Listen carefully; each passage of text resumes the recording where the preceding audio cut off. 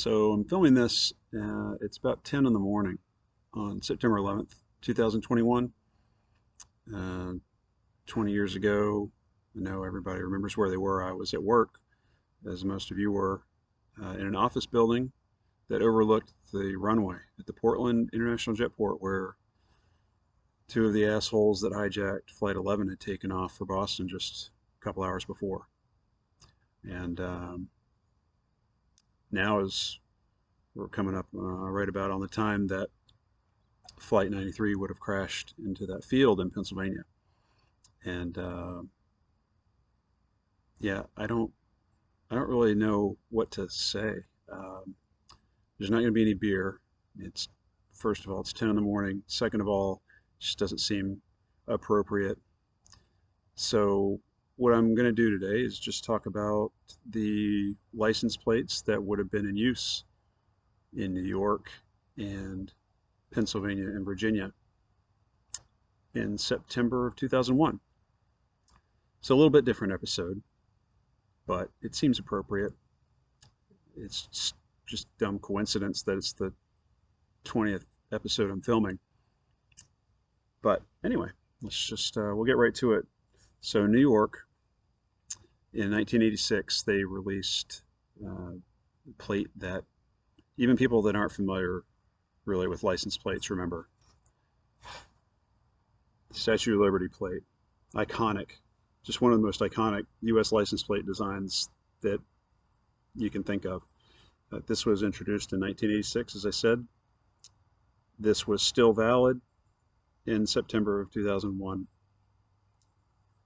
because they actually, in January of that year, New York started to replace their plates with this somewhat familiar design. This is a tow truck plate because, as I've mentioned before, I don't really collect regular, what we call passenger plates for regular cars. I don't really collect those so much.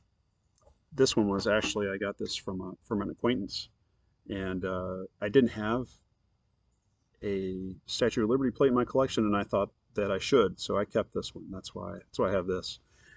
So what the regular passenger plate would have looked like for this would have been similar. It would have had a blue stripe across the bottom with the white text, the Empire State.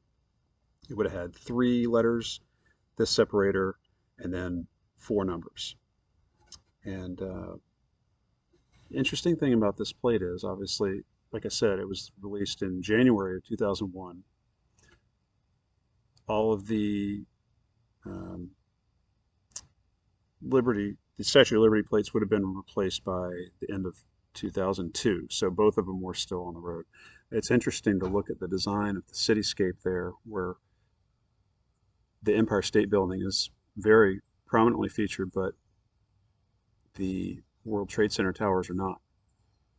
And in early 2001, I don't know really why they wouldn't have been, but there you have it.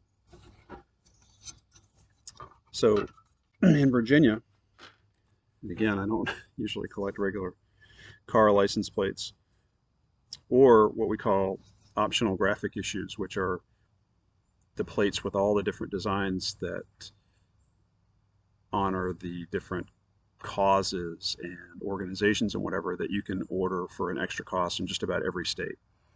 Those include, actually, after September 11th, 2001, a number of September 11th remembrance type plates. And I don't have any of those in my collection, so I can't feature them today. But what Virginia had, this is actually an optional plate.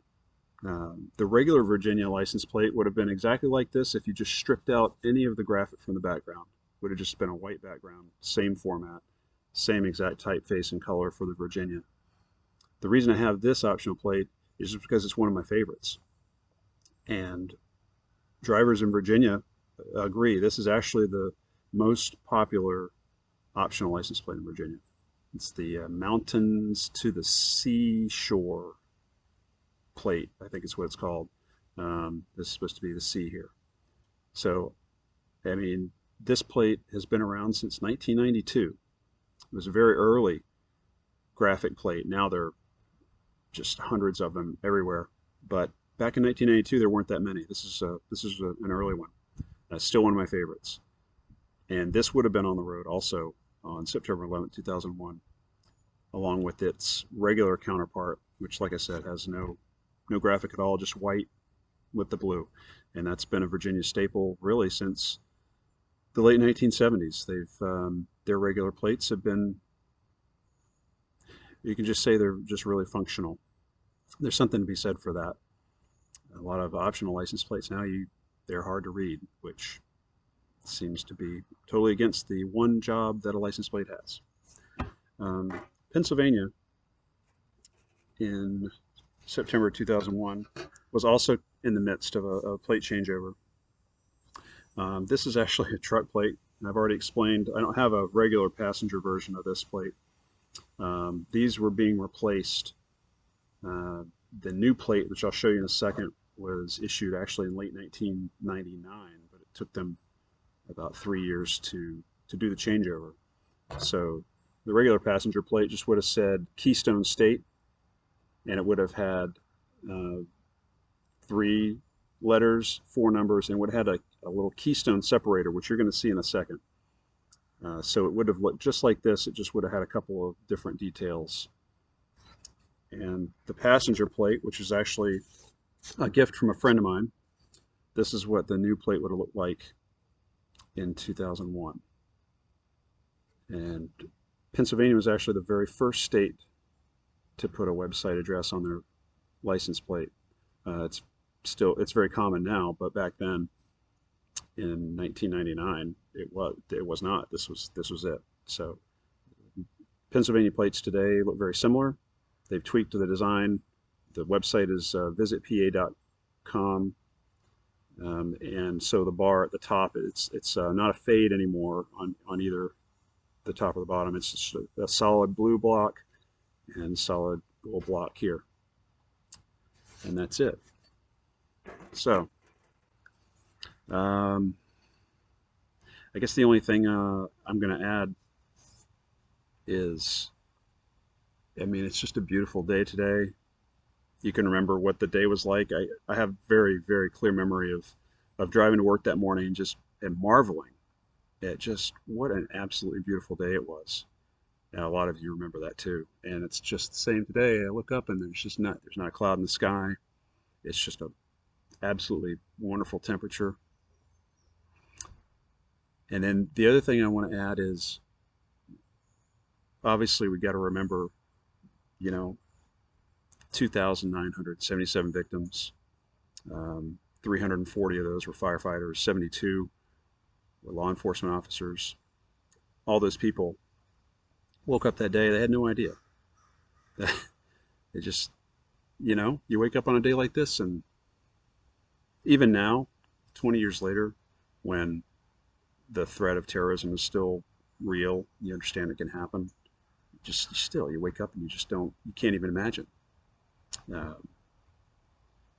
But also remember how we felt as Americans after that. After that horrific day, we were all just so united as Americans. And frankly, the rest of the world, everybody was an American after that. It's just for weeks, there's so much support. But especially in this country, we were so united. Everybody was American together. It's so different now.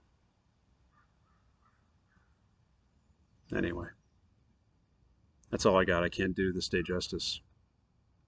I just talk about license plates. Anyway, thanks for watching.